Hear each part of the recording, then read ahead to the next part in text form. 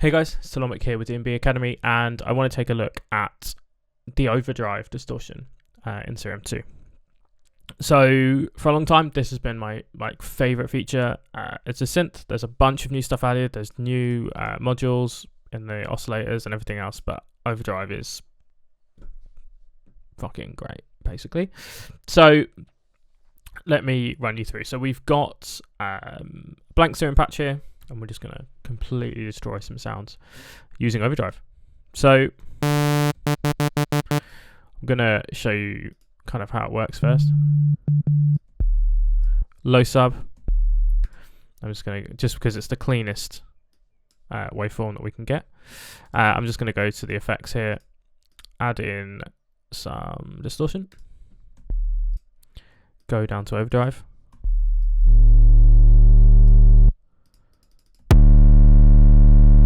So what this is doing, essentially, is completely brick walling the sound. If I bring up an oscilloscope, so I've got an oscilloscope here. If I run without the distortion, you can see we've got nice rounded edges here. Just going to zoom in a little bit more. Cool, that's nice. So we've got nice rounded edges. Fairly smooth. As soon as we crank the distortion on, first of all, it's louder if I turn the gain down.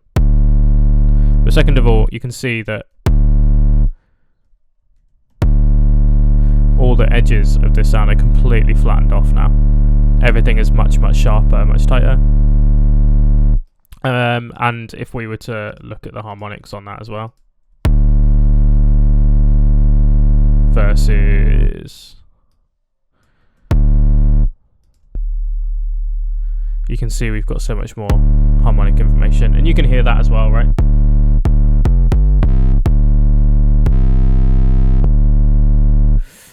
And then if we start adding other elements to this as well, it can really start getting interesting. So if I add some noise, let's turn it off for now.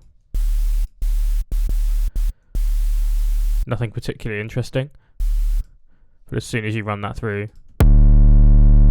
turn it up.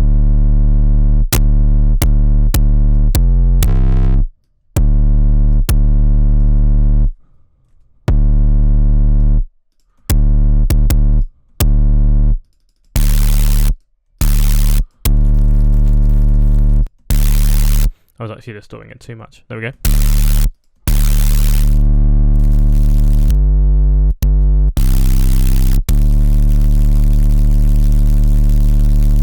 It basically completely screws everything up, but in like the best way. That also means that anything that we do prior to that distortion is then kind of amplified by the distortion. So if I take 2 saw waves, turn the noise off, turn the distortion off, take another one, and we'll turn the random on both of these down.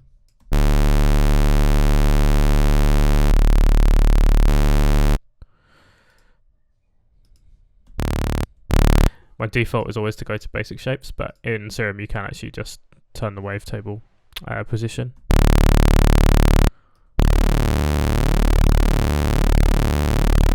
So we've got standard Reese now.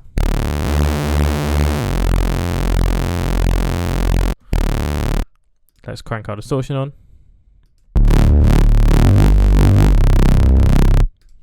So let's take a bandpass filter.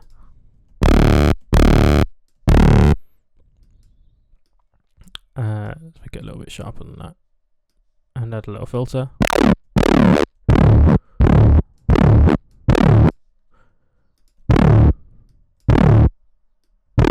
In fact, maybe let's even just do a low pass with some resonance.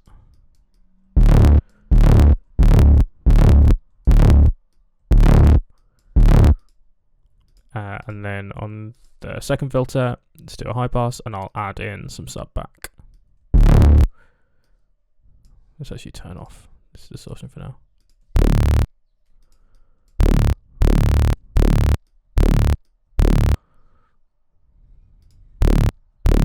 I'm actually going to do it the other way around as well. Sorry, this is do the low pass that side. Let's do filter 1. Let's go on the mix. Filter 1 into filter 2. And then filter 2 out to main.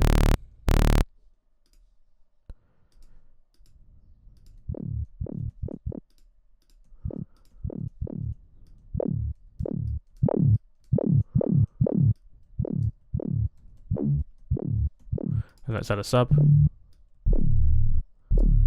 And do the volume of the sub so that it goes up with the filter.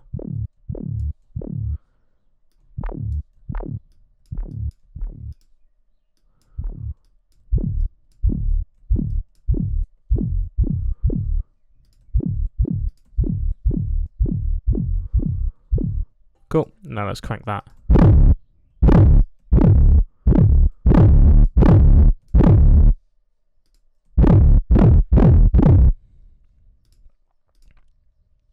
So, the cool thing about this then is that we can take, so I've got a default patch again. Let's make a very quick Reese.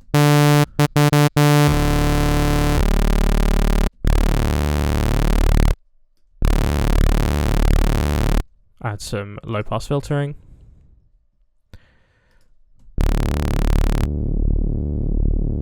With key tracking. And then effects. And we'll add some distortion in, put it on overdrive.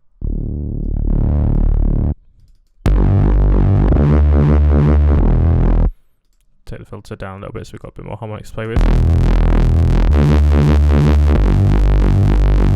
So without, turn it on mono and add a little bit of glide.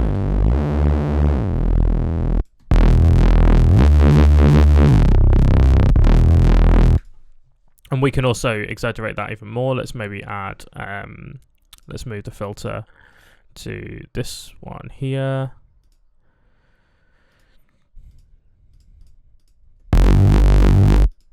There we go, just matching it up. And then here we could maybe add like a notch filter or something.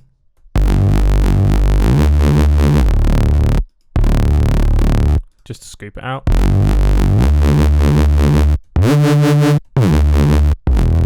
Could also maybe add some noise.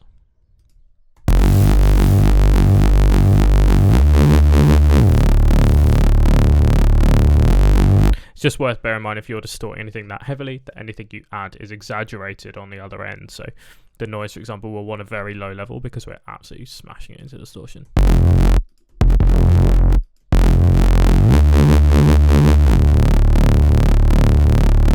Cool thing about Serum 2 as well is I can add like another distortion on the end. If we wanted to get really crazy, or even if you wanted to add another overdrive as well. But yeah, it's a really, really cool technique. It's a great feature that I think has kind of been overlooked by a lot of people, especially with a lot of the like flashier bells and whistles on the front end. This new distortion type is definitely slept on, but has become, as I said, like the kind of bulk of what I do. Yeah, I've made a bunch of like really cool bass sounds with this one. But even something like this, like if we then, let's say, take a filter after distortion and add some note tracking to it, just the note tracking a bit.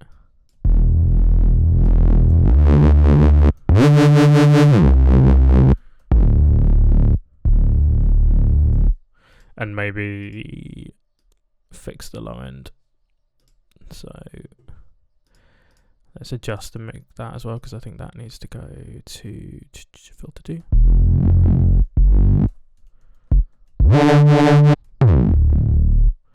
That's right. Cool. So I can then create like a subtle resound. Oh, I was going to fix the low end, wasn't I? Let's remove the fundamental from those two.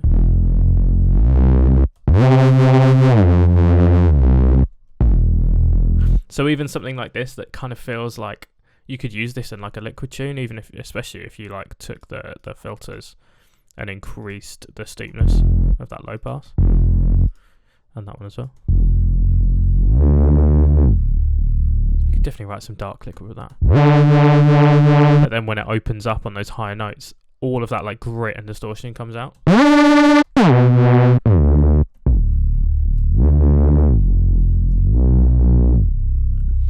So yeah, there you go. Hopefully that was helpful. Any questions, let us know. Anything you want to see, let us know in the comments, and I will see you in the next one.